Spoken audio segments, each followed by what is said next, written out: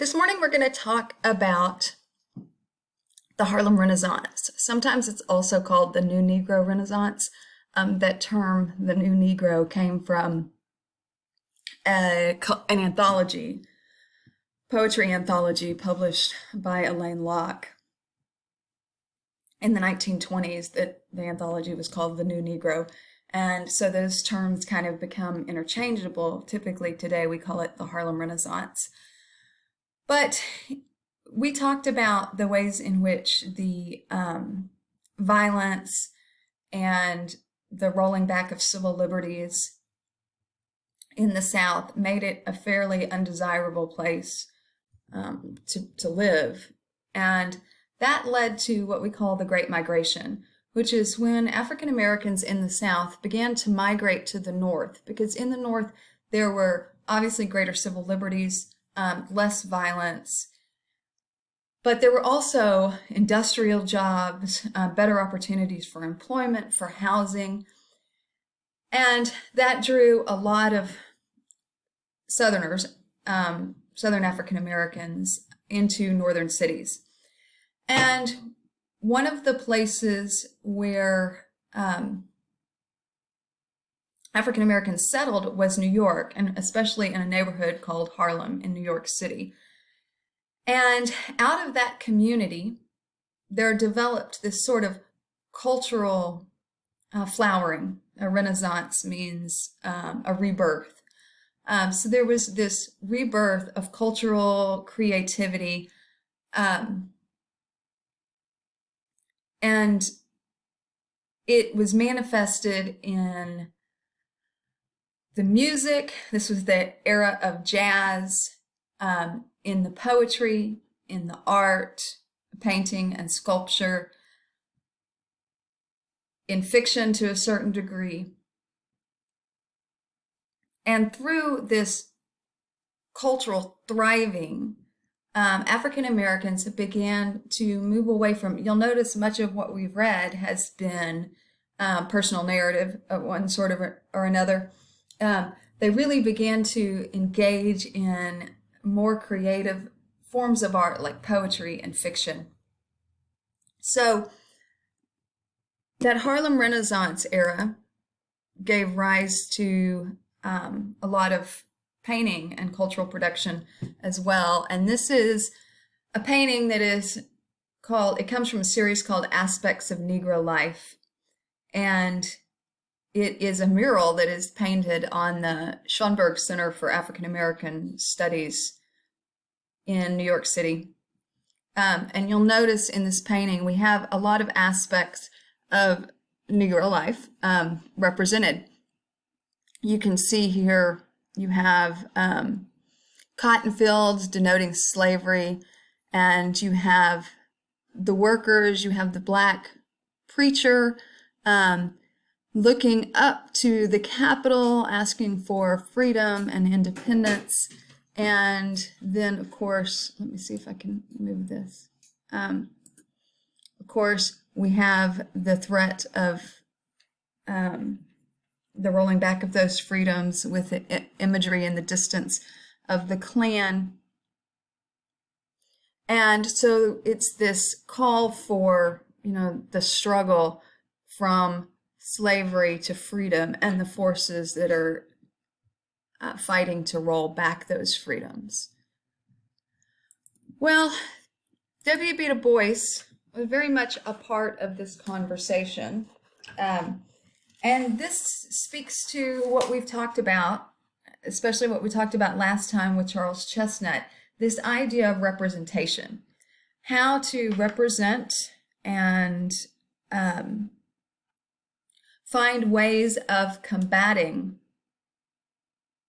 those white representations that were expressed in the it actually started before the end of slavery, and as we saw, continued those minstrelsy images that continued well into the 20th century. So Alain Locke said the pulse about the Harlem Renaissance. He said the pulse of the Negro heart has begun to beat in Harlem, which speaks to kind of the power of this moment of cultural expression. So Du Bois is in Criteria of Negro Art, which you read for today. Du Bois is talking about the power that this artistic movement has for African Americans and the need to take advantage of it, utilize it for racial progress, to disrupt those kinds of images that were shaping the culture when that culture was created by whites.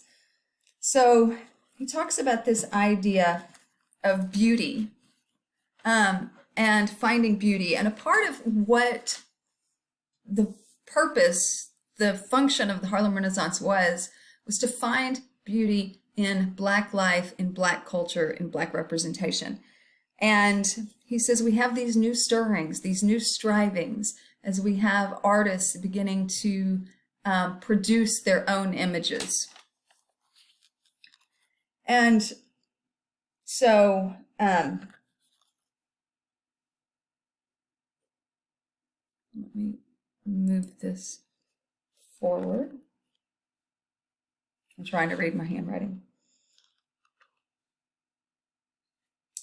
And he asked the question, given these new stirrings, what is the Negro artist capable? One of the things that he's concerned about is that too often both white and Black audiences and artists have favored the cultural production, the art, the literature of whites. That there's been this inclination to believe that if it was created by African Americans, then it was inferior. And he's acknowledging that this prejudice has not only been internalized by whites, but it had been internalized by African Americans. And we need to first recognize these artists and audiences must first recognize that it is not necessarily inferior. He asked this question, I've mentioned this question 2 or 3 times in class, what if the only image of the Negro that survives some centuries hence is the one created by whites? That if the only record of Black identity that remains is the one created by whites, then it will, by definition, be caricatured images, not complete or full or beautiful representations. So instead these artists can create images of the kind of people. What if we as artists were to create images of the kind of people we know?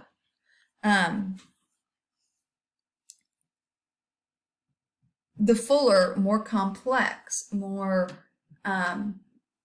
authentic images that can come only from within the community, not outside. Well, it may not get published. And artists live with that realization that what I'm creating may not be marketable.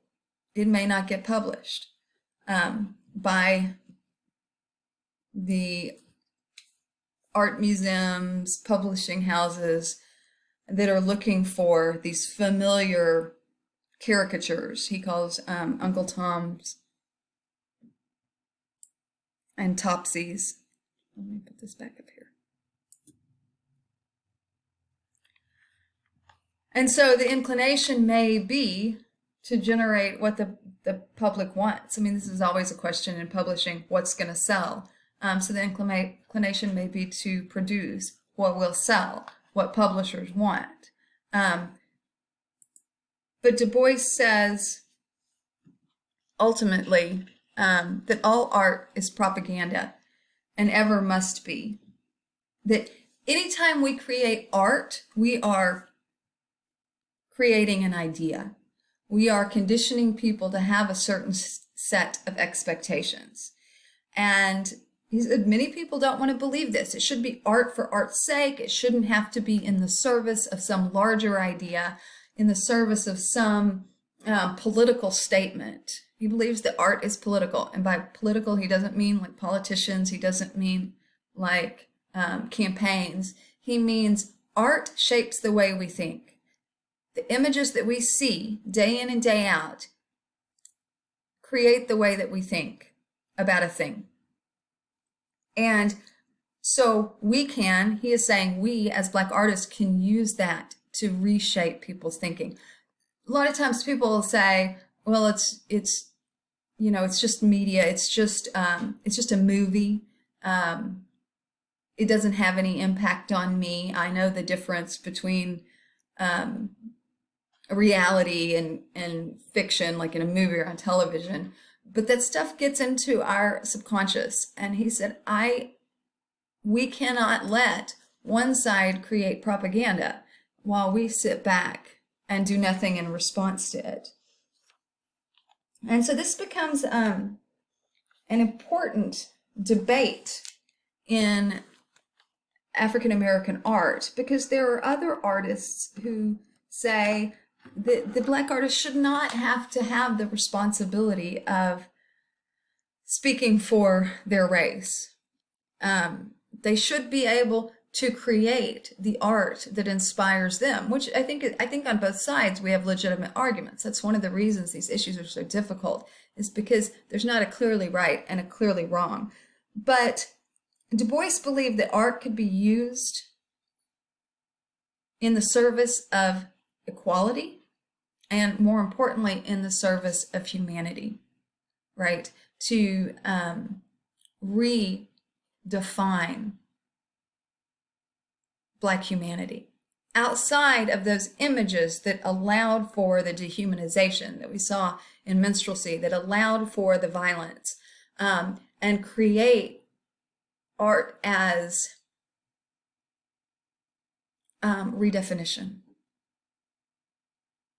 creating one's own image rather than allowing others to create one's image for them.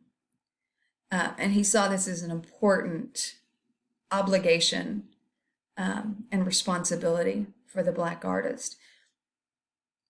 Other artists, like I said, didn't agree. They felt like that was putting an undue burden on art. We'll see. We're going to look at Langston Hughes coming up. He's probably the best known Harlem Renaissance poet. And Langston Hughes sort of moved through this question quite a lot in his life, beginning with not very political poetry to highly political poetry. So that kind of gives you an overview of Du Bois and this question about the Criteria of Negro Art and the mechanisms and methods that were utilized in the 1920s to begin to combat and compete with the sort of caricatured images inspired by minstrelsy.